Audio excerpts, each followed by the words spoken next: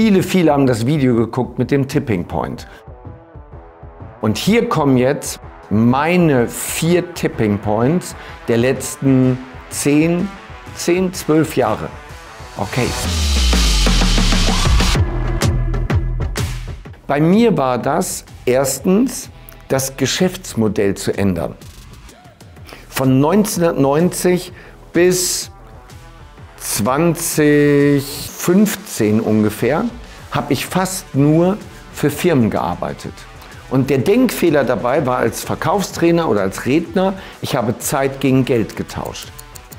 Ich brauchte aber ein skalierbares Geschäftsmodell, eins, was nicht von Zeit abhängt. Und das sind offene Seminare, in meinem Geschäftsbereich offene Seminare. Seminare, zu denen sich jeder anmelden kann, der bereit ist, die Gebühr zu zahlen.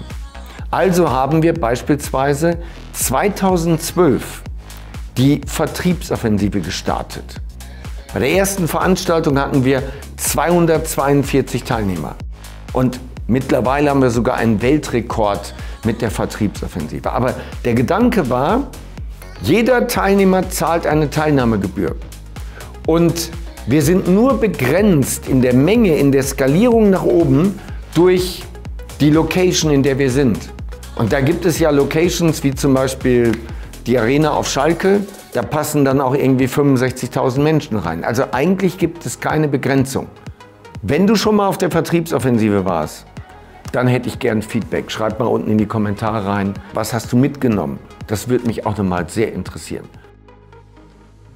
Der zweite Tipping Point war 2015, 2016, als ich bezahlte Online-Werbung entdeckt habe. Also PPC, Pay-Per-Click-Marketing. Und das war damals wirklich eine Goldgräberstimmung. Wir haben 1 Euro ausgegeben und haben im Grunde genommen 4 Euro Umsatz gemacht. Und in der Spitze haben wir wirklich 1 Euro ausgegeben und wir haben 20, 40 Euro Umsatz gemacht. Das war der Wahnsinn. Ich hätte es früher kennenlernen müssen und ich hätte früher noch mutiger sein müssen in der Ausgabe des Budgets. Damals haben wir, weiß ich nicht, ein paar 10.000 Euro im Jahr ausgegeben. Letztes Jahr haben wir 5,8 Millionen Euro ausgegeben. Was wäre passiert, wenn wir 2015 5,8 Millionen ausgegeben hätten? Unglaublich. Das hat alles verändert. Von dem Moment an waren die offenen Seminare bei mir einfach voll.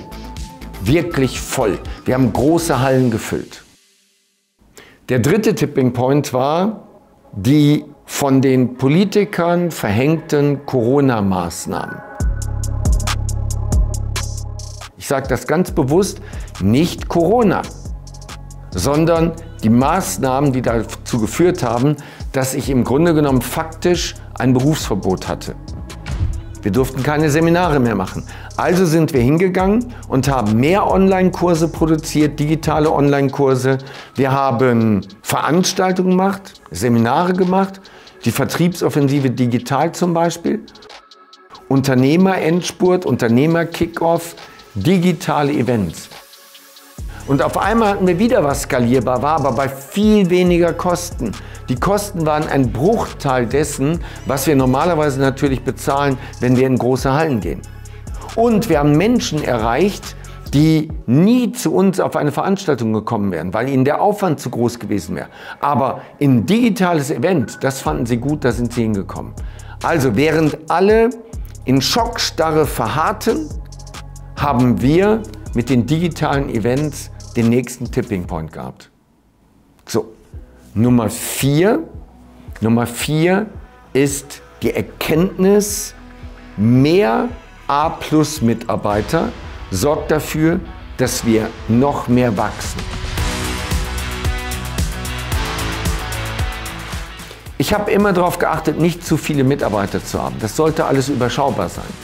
Aber irgendwann habe ich dann gemerkt, in den letzten Monaten, dass, wenn ich die richtigen Mitarbeiter habe, bei der richtigen Struktur, bei der richtigen Systematik, ich einfach viel mehr Umsatz generiere.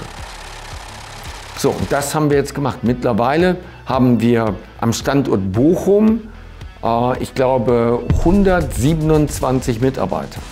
Aber es gibt ja noch einen Standort in Hannover, es gibt noch einen Standort in Berlin, es gibt noch einen Standort in Dubai.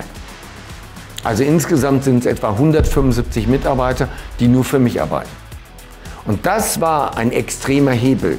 Wenn ich mir anschaue, das Wachstum bei den Mitarbeitern und im Vergleich dazu unseren Auftragseingang, das steht in direktem Verhältnis.